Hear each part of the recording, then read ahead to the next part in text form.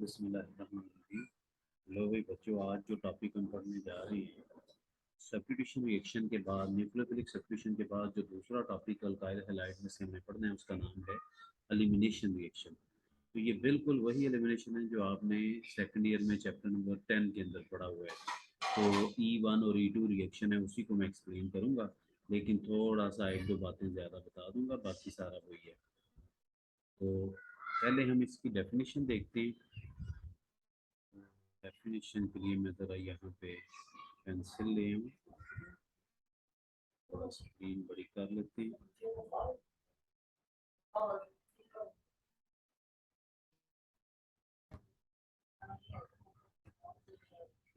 तो पहली बात तो ये है, एलिमिनेशन रिएक्शन कौन देते हैं? अल्काइल हैलाइड, जिन्हें हम एलिमिनेशन रिएक्शन कहते हैं, सिंपली एलिमिनेशंस भी बोलते हैं। Most common form of the elimination involve the loss of the atoms from adjacent carbons। यानी कहता है सबसे जो कॉमन शक्ल है एलिमिनेशन रिएक्शन की वो क्या है? Loss of the two atoms or groups from the adjacent carbon of the carbon atom of a molecule resulting in the formation of a multiple bond। यानी और इस प्रोसेस को हम 1-2 एलिमिनेशन भी कहते हैं या बीटा एलिमिनेशन भी कहते हैं। ये इसकी डेफिनेशन बन जाएगी। जैसे ये एक अल्काइल हैलाइड है, इसमें ये फंक्शनल ग्रुप है हेलो ग्रुप, क्लोरो ग्रुप लगा हुआ है। क्लोरो ग्रुप जिस कार्बन से लगा हुआ है ये अल्फा कार्बन है और इसके साथ वाली बीटा कार्बन है। अल्फा कार्बन से तो हमेशा फंक्शनल ग्रुप रिमूव होगा और बीटा पोजीशन से हाइड्रोजन रिमूव होने की वजह से इस रिएक्शन को हम बीटा एलिमिनेशन कहते हैं। जब दोनों साइडों से ये दो डिफरेंट कार्बन है ना, कार्बन नंबर 1 और कार्बन नंबर 2, यानी carbon number alpha and beta, दोनों का एक एक ग्रुप रिमूव होगा। अल्फा पोजीशन से हेलो ग्रुप और बीटा पोजीशन से हाइड्रोजन रिमूव होगी। और इस रिमूवल के बाद इन दोनों के आपस में बॉन्ड पूरा करने के लिए क्या होगा? इनके सेंटर में यहाँ डबल बॉन्ड बन जाएगा, ऐसे ये बॉन्ड डबल हो जाएगा और ये अल्कीन में कन्वर्ट होगा। इसलिए कह रहे हैं कि प्रोडक्ट क्या बनेंगे? Resulting in the formation of A multiple bond. Removal के नतीजे में क्या बनते हैं? मल्टीपल बॉन्ड बनते हैं, यानी डबल बॉन्ड बनता है। तो इस तरीके से ये अल्कीन्स बनते हैं और हाइड्रोजन और हेलोजन दोनों रिमूव हो जाते हैं। इस वजह से इस रिएक्शन को हम कहते हैं डीहाइड्रोहेलोजिनेशन। अच्छा, कहते हैं ये भी पॉसिबल है कि अगर दोनों ग्रुप सेम कार्बन से रिप्लेस हो गए, हेलो ग्रुप भी और हाइड्रोजन भी, मसलन ये क्लोरो भी यहाँ से जाए और हाइड्रोजन भी यहाँ से जाए, यहाँ सिर्फ CH बाकी रह जाएगा। तो ऐसे मॉलिक्यूल्स को जिनमें सिर्फ एक CH बाकी रह जाता है, इनके लिए वर्ड यूज करते हैं, कहते हैं सच मॉलिक्यूल आर कॉल्ड कार्बीन्स। और इस एलिमिनेशन को हम वन वन एलिमिनेशन या अल्फा एलिमिनेशन बोलेंगे। नेक्स्ट पेज पे इसकी एग्जांपल है, जैसे ये देखें, ये दो हेलो ग्रुप लगे हुए हैं इसमें, बल्कि तीन हेलो ग्रुप हैं। CHCl3 है ये, एक H यहाँ से गई और एक क्लोरीन यहाँ से गया। सेम कार्बन से दो ग्रुप रिमूव होने के बाद इधर दो इलेक्ट्रॉन बाकी रह गए, इसको हम कहते हैं कार्बीन। दो क्लोरो की वजह से डाइक्लोरो कार्बीन। तो ये अल्फा एलिमिनेशन होती है। तो जहां बीटा एलिमिनेशन पॉसिबल है वहां अल्फा एलिमिनेशन भी पॉसिबल होती है। तो ये एलिमिनेशन का इंट्रोडक्शन था। अब इसके मैकेनिज्म की तरफ चलते हैं कि ये रिएक्शन कैसे होता है। तो जैसे आपने SN1 और SN2 में पढ़ा है कि ये दो तरह के होते हैं, इस तरह E1 और E2 भी दो तरह के होते हैं। SN1 और SN2 में, SN2 जो था वो सिंगल स्टेप में होने वाला रिएक्शन था, SN1 दो स्टेप में होने वाला था। इसमें भी बिल्कुल ऐसे ही है।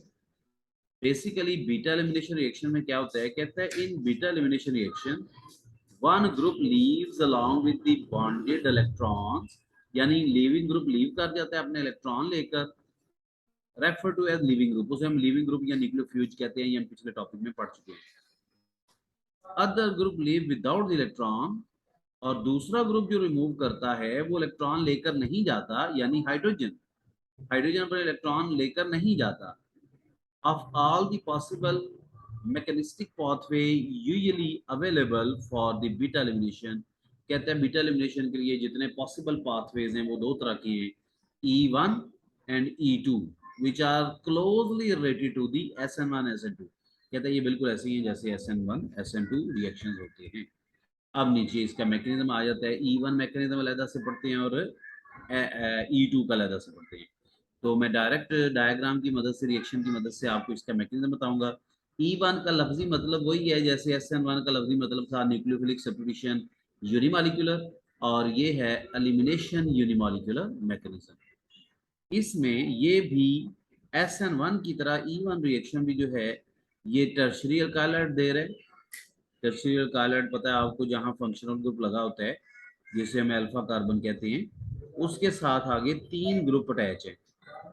जब 3 ग्रुप अटैच हैं तो इसे हम कहेंगे टर्शरी अल्काइलाइड।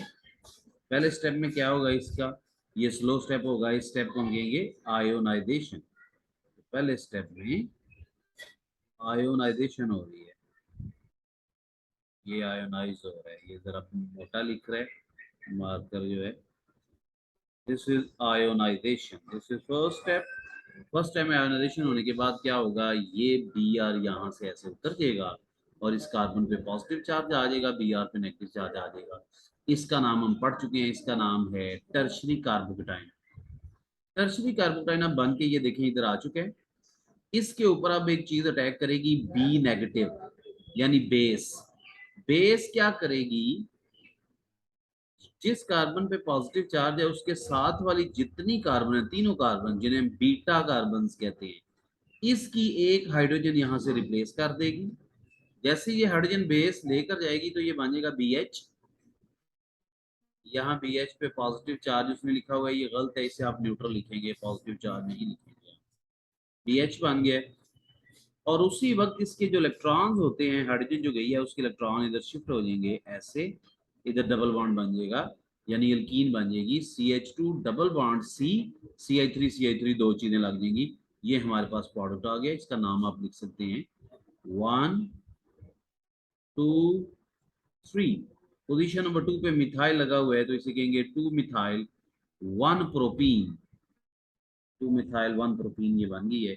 तो ये था E1 मैकेनिज्म, जिसमें पहले लीविंग ग्रुप लीव करके गया है और फिर बेस ने बीटा पोजीशन से एक हाइड्रोजन निकाल दी है।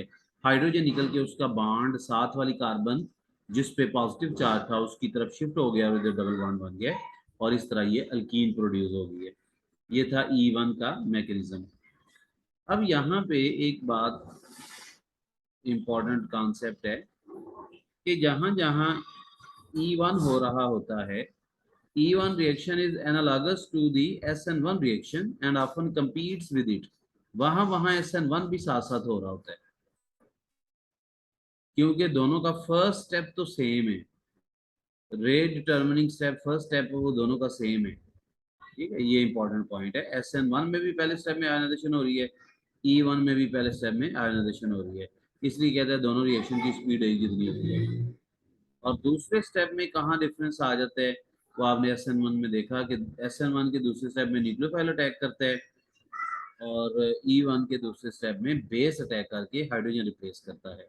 और इस वजह से कहते हैं अगर हम tertiary alkyl halide, this is tertiary alkyl halide, tertiary butyl bromide है ये, अगर इसको हम रिएक्ट करवाएंगे अल्कोहलिक QH के साथ, या इधर तो उसने वाटर शो किया हुआ है, तो water as a nucleophile attack करके ये न्यूक्लियोफिलिक सब्स्टिट्यूशन का प्रोडक्ट बन रहा है अल्कोहल। वो आप न्यूक्लियोफिलिक सब्स्टिट्यूशन का मैकेनिज्म देख सकते हैं, उसमें अल्कोहल बन रहे हैं और इसमें साथ ही अल्कीन भी बन रहा है। ये ऊपर जो देखे आपने अल्कीन, यानी कि इस रिएक्शन में पहले वाला जो है ये वाला, ये सब्स्टिट्यूशन रिएक्शन का प्रोडक्ट SN1 का प्रोडक्ट ये बन रहा है, और ये वाला जो है ये E1 का प्रोडक्ट बन रहा है। यानी दोनों रिएक्शन साइड बाय साइड चल रहे होते हैं, लेकिन एक की परसेंटेज ज्यादा होती है, दूसरे की एक वक्त में कम होती है। वो डिपेंड किस चीज पे करता है।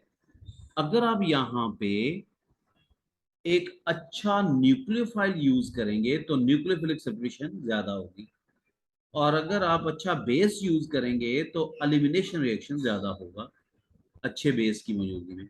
यानी एक हिंट, बहुत इंपॉर्टेंट पॉइंट बताने लगा हूं, ये अगर आप इधर एक्वस KOH यूज करें, एक्वस पानी वाला KOH यूज करें, एक्वस KOH यूज करें तो फिर एक्वस KOH जो है इसकी मौजूदगी में SN1 रिएक्शन होगा और ये अल्कोहल बनेगा। और अगर आप अल्कोहलिक QH यूज करते हैं, अल्कोहलिक QH, दोनों का फर्क बता रहा हूं कब कौन सा होता है। अल्कोहलिक QH अगर आप यूज करते हैं तो फिर ई रिएक्शन होते हैं, यानी एलिमिनेशन रिएक्शन होते हैं, फिर SN1 कम होते हैं, फिर ये ज्यादा होगा। ये बहुत इंपॉर्टेंट कॉन्सेप्ट है। अब आगे आ जाते हैं। SN1 का एक और उसने एग्जांपल ली हुई है कि SN1 में बाज़ का मसलन ये अगर प्रोडक्ट है, रिएक्टेंट है, इसका ये ब्रोमो ग्रुप रिप्लेस हुआ, ये कार्बोकेटाइन बना जिसके यहाँ पॉजिटिव चार्ज है, लेकिन इसमें रीअरेंजमेंट होके ज्यादा स्टेबल कार्बोकेटाइन यानी टर्शरी कार्बोकेटाइन बनेगा। इस वक्त ये जो कार्बोकेटाइन है ये सेकेंडरी है, क्योंकि इस कार्बन जिसपे पॉजिटिव चार्ज है उसके इधर भी कार्बन है, इधर भी कार्बन है, दो कार्बन है। पॉजिटिव चार्ज कार्बन के साथ दो कार्बन हो, इसे सेकेंडरी कहते हैं। लेकिन अगर ये वाला ग्रुप, एक ग्रुप यहाँ से हम शिफ्ट कर देते हैं, मसलन इसको CH3 को मैं शिफ्ट करके इधर लगा देता हूँ, इसको कहते हैं रीअरेंजमेंट। ये हमने पहले भी पढ़ी हुई है अल्केन अल्कीन अल्काइन में। रीअरेंजमेंट हो गई, CH3 ग्रुप इधर आके लग जाए तो इस कार्बन पे आ जाएगा पॉजिटिव चार्ज। इस कार्बन पे जब पॉजिटिव चार्ज आ जाए, अब ये टर्शरी कार्बोकेटाइन बन गया और इसकी मदद से फिर आगे प्रोडक्ट बनेगा। टर्शरी कार्बोकेटाइन के साथ वाली जो कार्बन है इसका H रिप्लेस होगा और वो बॉन्ड इधर शिफ्ट हो गए, ये डबल बॉन्ड बन गया है, ये अल्कीन बन गया। तो ये बात कह रहे हैं कि बाज़ का जो इंटरमीडिएट बनता है जिसे हम कार्बोकेटाइन कहते हैं, ये जो इंटरमीडिएट बनता है ये वाला जिसे हम कार्बोकेटाइन कहते हैं, तो इसमें रीअरेंजमेंट होकर ज्यादा स्टेबल कार्बोकेटाइन बन जाता है, यानी सेकेंडरी के मुकाबले में टर्शरी कार्बोकेटाइन बन के वो आगे प्रोडक्ट में चेंज होता है। ये कॉन्सेप्ट हम पहले भी पढ़ चुके हैं। इसके बाद आ जाता है E2 reaction, elimination by molecular reaction. इसमें और एलिमिनेशन यूनिमालिक्यूलर रिएक्शन में वही फर्क है जैसे SN1 और SN2 में फर्क है। SN1 रिएक्शन दे रहा था टर्शरी कार्बोकेटाइन और SN2 दे रहा था प्राइमरी कार्बोकेटाइन। इसमें भी E1 दे रहा है टर्शरी कार्बोकेटाइन और E2 दे रहा है primary carbocation. This is primary carbocation CH3 CH2 Br, ethyl bromide है ये। CH3, इसका एक H अलग शो किया गया है, CH2, this is Br, this is primary alkyl halide. Primary alkyl halide में ये वाली कार्बन जो है ये बीटा कार्बन है। बीटा कार्बन के ऊपर जो हाइड्रोजन है जिसे हम बीटा हाइड्रोजन कहते हैं, ये OH नेगेटिव अटैक करेगा इस H पे। OH नेगेटिव जो चीज H रिप्लेस कर रही होती है उसे हम बेस कहते हैं। यहाँ पे OH नेगेटिव को आपने बेस समझना है, ना कि न्यूक्लियोफाइल, क्योंकि न्यूक्लियोफाइल वो होता है जो कार्बन पे अटैक करता है, लेकिन ये बेस है क्योंकि ये अटैक कर रहा है हाइड्रोजन पे। ये हाइड्रोजन निकाल लेगा यहाँ से, उसी वक्त इसका बॉन्ड इधर शिफ्ट होगा, उसी वक्त हेलो ग्रुप यहाँ से लीव कर देगा। तीनों काम एक ही स्टेप में हो जाएंगे। तो सारे काम एक स्टेप में हो रहे हैं। OH H लेके वाटर बना देगा, ये उसने इंटरमीडिएट शो किया है। OH का H के साथ बॉन्ड बन रहा है, यहाँ से ये बॉन्ड टूट रहा है और यहाँ पे बॉन्ड बन रहा है और यहाँ से बॉन्ड टूट रहा है। दो बॉन्ड बन रहे हैं, दो बॉन्ड टूट रहे हैं। OH H के साथ मिलके बन गया वाटर, Br यहाँ से लीव होके बन गया Br नेगेटिव, और ये वाला बॉन्ड जब इधर शिफ्ट हुआ था तो इधर डबल बॉन्ड आ गया तो ये बन गया इथीन। ये है E2 reaction, elimination by molecular reaction. इसे बाई मालिक्यूलर क्यों कहते हैं? क्योंकि ये पूरा रिएक्शन एक ही स्टेप में हो रहा है और यही रेट डिटर्मिनिंग स्टेप है।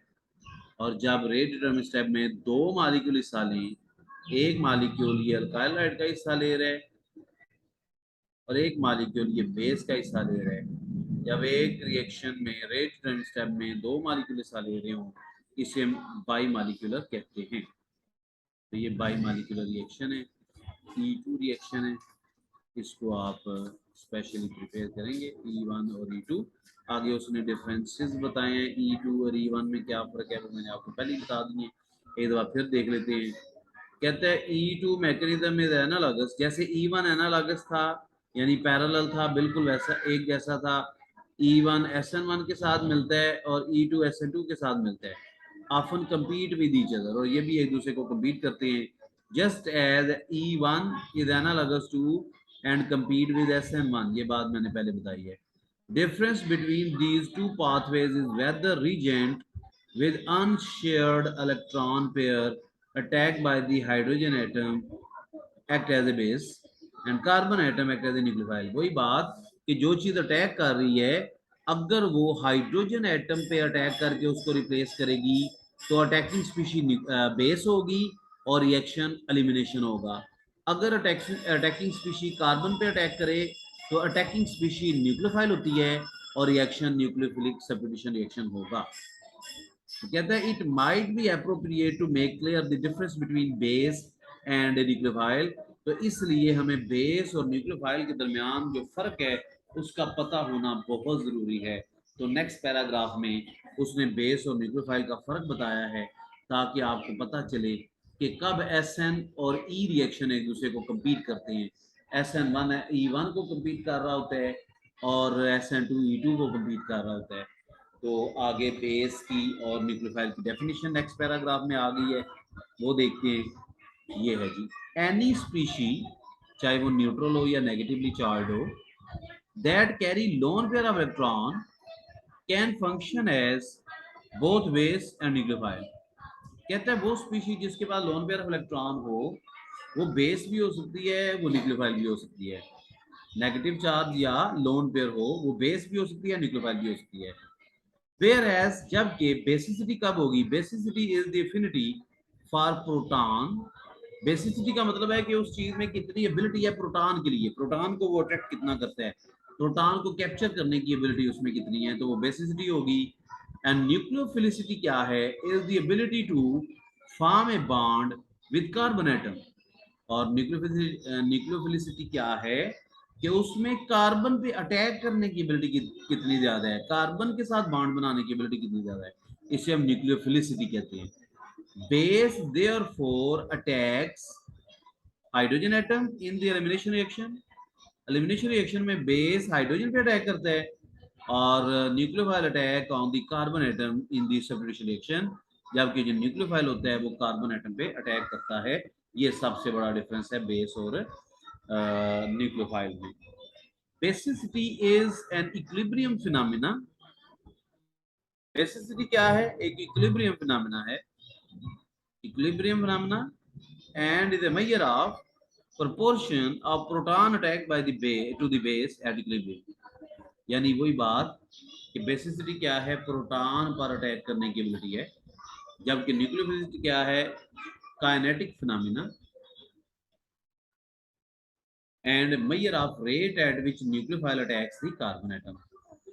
इक्विलिब्रियम फिनोमेना ये होता है कि अगर बेस एक चीज पे अटैक करके उसका प्रोटॉन वापस निकाल लेती है तो उससे वापस भी वो ले सकता है.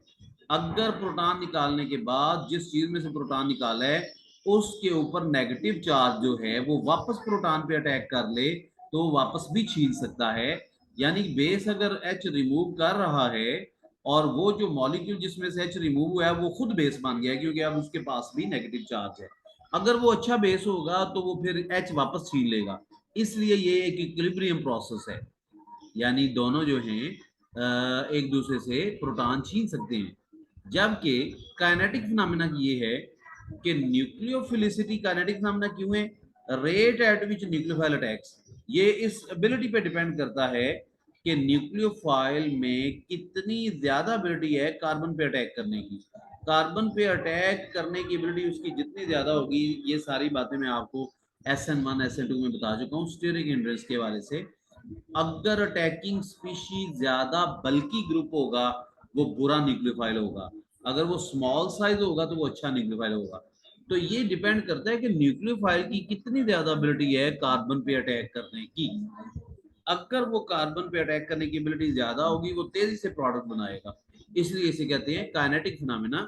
यानी ये फिनोमेना सिर्फ डिपेंड करता है एक चीज की एबिलिटी, ठीक है, reactivity to react with the substrate. तो न्यूक्लियोफाइल जितना फास्टली अटैक करेगा या जितना स्लोली अटैक करेगा इस पर रिएक्शन डिपेंड करेगा.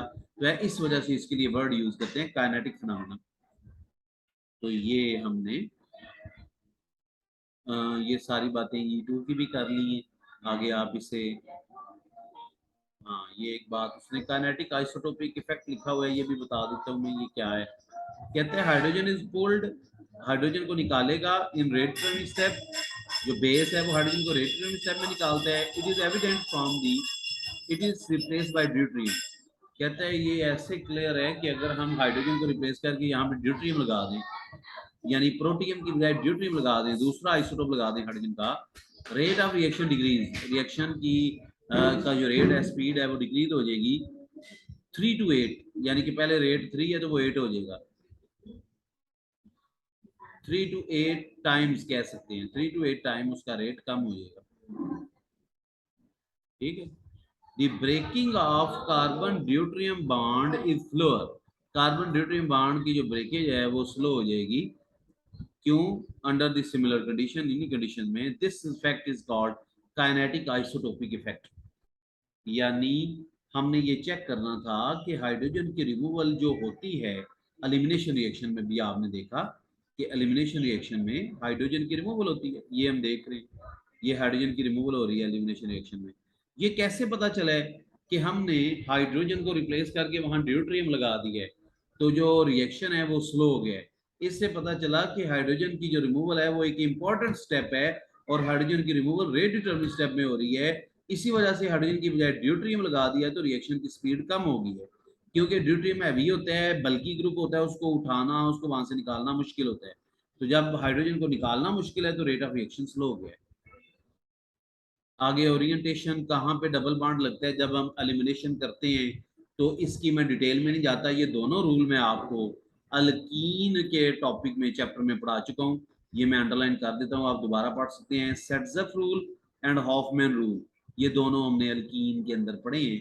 सेट्ज़फ रूल के मुताबिक कहते हैं डबल बॉन्ड कहाँ लगेगा, double bond preferably go in direction as the product the most highly substituted alkene, यानी कि सेट्ज़फ रूल के मुताबिक जो डबल बॉन्ड है वो हाईली सब्स्टिट्यूटेड होना चाहिए, यानी कि उसकी साइडों पे ज्यादा अल्काइल ग्रुप होने चाहिए।